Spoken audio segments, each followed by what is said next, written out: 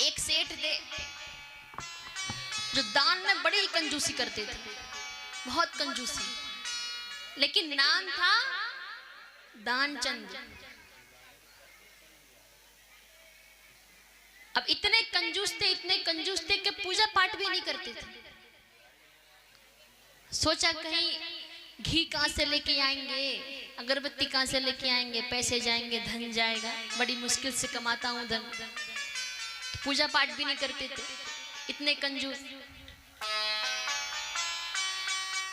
तो एक समय उनकी पत्नी ने कहा कि गंगा यहां से थोड़ी ही दूर है, आपने कभी पुण्य तो किया नहीं, तो गंगा ही नहा लीजिए। पत्नी की बात को कैसे टाले, पत्नी की बात कोई टाल सकता है? तो दानचंद ने कहा कि ठीक है, चला जाता है। अब घर से बाहर निकला तो मन में विचार आया कि यहां से 8 किलोमीटर दूर ही तो है, पैदल ही चला जाता हूं, धन भी नहीं जाएगा। पैदल गए सेठ जी, पहुंचे गंगा घाट पर। अब गंगा जाते हैं तो वहां पंडे होते हैं जिन्हें देना पड़ता है, कुछ ना कुछ धन देना पड़ता है। तो उसने, सेठ जी ने विचार किया मन में कि अगर यहां नहाऊंगा तो पंडों को कुछ ना कुछ देना पड़ेगा। भाई देने के मारे तो मैं पैदल चल के आया था। तो वो मुर्गा घाट की ओर गया, बोले वहां तो पंडे एक भी मिलेंगे ही नहीं। मुर्गा घाट की ओर गया, जैसे उसने एक डुबकी लगाई, हर हर गंगे कहकर एक पंडा वहां पे आ गया।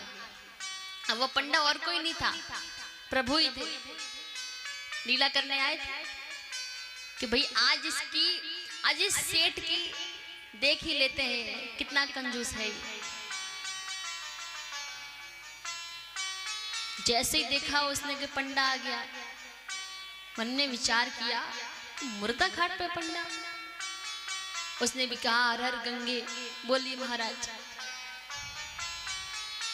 भगवान ने कहा कि वैसे तो हम कुछ महीनों में एक बार आते हैं, क्योंकि जब भी आते हैं तो जो भी कोई यहाँ आता है वो हमारे महीने भर का राशन पानी दे जाता है।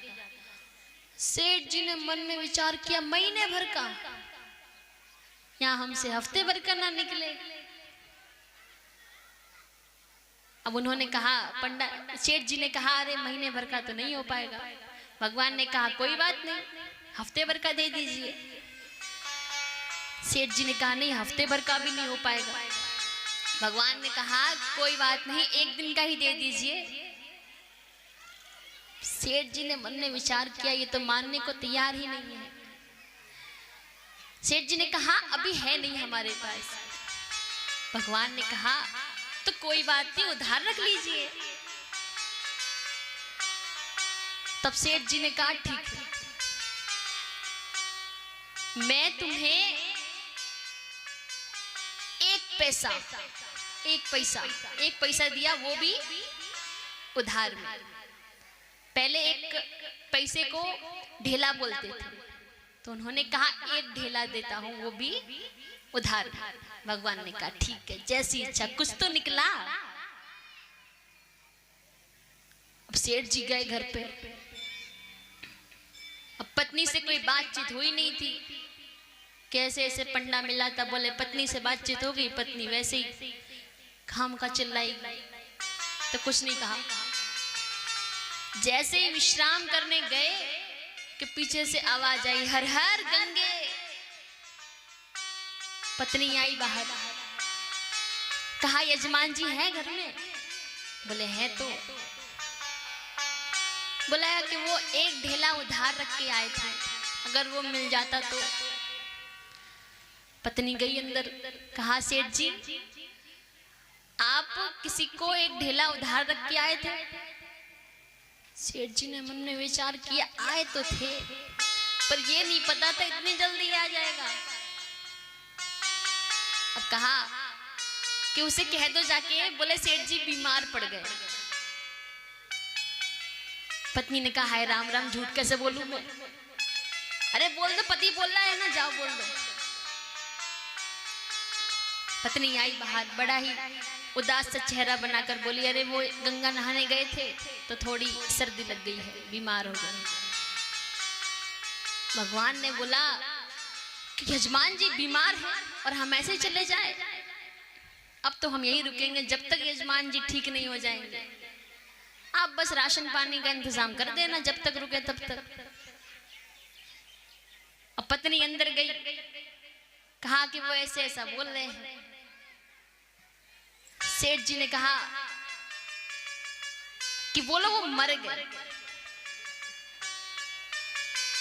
अब पत्नी बोलती हाय राम राम, मर गए? ऐसा इतना बड़ा झूठ कैसे बोल सकती हूँ मैं? पति ने कहा अरे मैं जिंदा हूं ना, आपको तो बोलना है, बस बोल दो मर गए। पत्नी बाहर आई, बड़ा ही रोना सा चेहरा लेकर बोली कि अरे क्या बताऊं, सेठ जी तो गुजर गए। अब यहां भगवान ने मन में विचार किया, हे सेठ तेरी कंजूसी, इतनी कंजूसी। अब भगवान ने कहा अरे अरे यजमान जी चल बसे। बताओ, अब बिना यजमान जी का जब तक अंतिम दर्शन देंगे तब तक हम तो नहीं जा सकते। वो यजमान जी है हमारे, इतना तो फर्ज बनता है। तुरंत अपने चार रूप प्रकट किए, पूरे गांव में बात फैला दी कि सेठ जी गुजर गए। सभी गांव वाले आ गए। अब पत्नी ने देखी घर के बाहर भीड़ इकट्ठी जमा है, और अंदर गई, सेठ जी से कहा कि ऐसी ऐसी बात है। सभी गांव वाले आ गए। अब पति ने मरने का नाटक किया, सेठ जी ने सांस बंद कर ली थोड़ी देर के लिए अपनी। सभी गांव वाले उनको बाहर लेकर आए। अब उनकी अर्थी लगाई। अब अर्थी लगा रहे हैं, अर्थी लेकर जाते हैं, तब पत्नी पीछे चिल्ला रही है अरे नहीं मरे। लेकिन गांव की औरतें क्या कह रही है, अरे प्रेम करती है ना बहुत ज्यादा, प्रेम में बोल रही है। नहीं नहीं वो चले गए। पत्नी फिर भी बोल रही है अरे नहीं मरे। कौन माने बोला? उन्होंने कहा अरे पति से बहुत ज्यादा स्नेह है इसलिए ऐसा बोल रही है, 2 दिन बाद समझ जाएगी।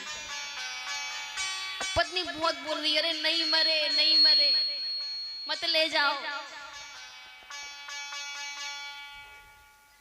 जब वहां अर्थी पर लेटाया, भगवान ने तब भी विचार किया कि अब तो उठ जा। अर्थी पर लेट गया, वो तब भी ना उठे।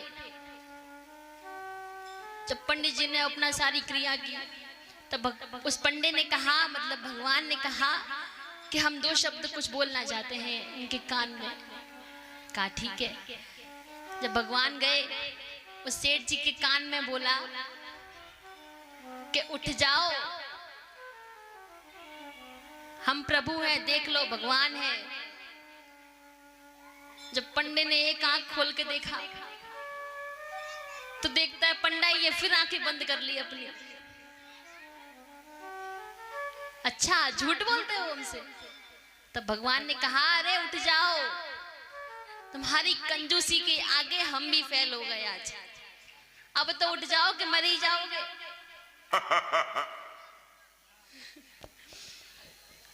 तब सेठ जी ने आंख खोली। भगवान ने कहा मांगो, क्या मांगना चाहते हो? प्रसन्न हुए हम तुमसे बहुत। सेठ जी ने कहा दो या फिर कुछ ना दो, इतना कर दो हमारा एक ढेला जो उधार दिया था वो माफ कर दो। मांगा भी तो क्या मांगा, एक ढेला जो दिया था वो भी माफ कर दो बस। ऐसे ऐसे कंजूस होते हैं।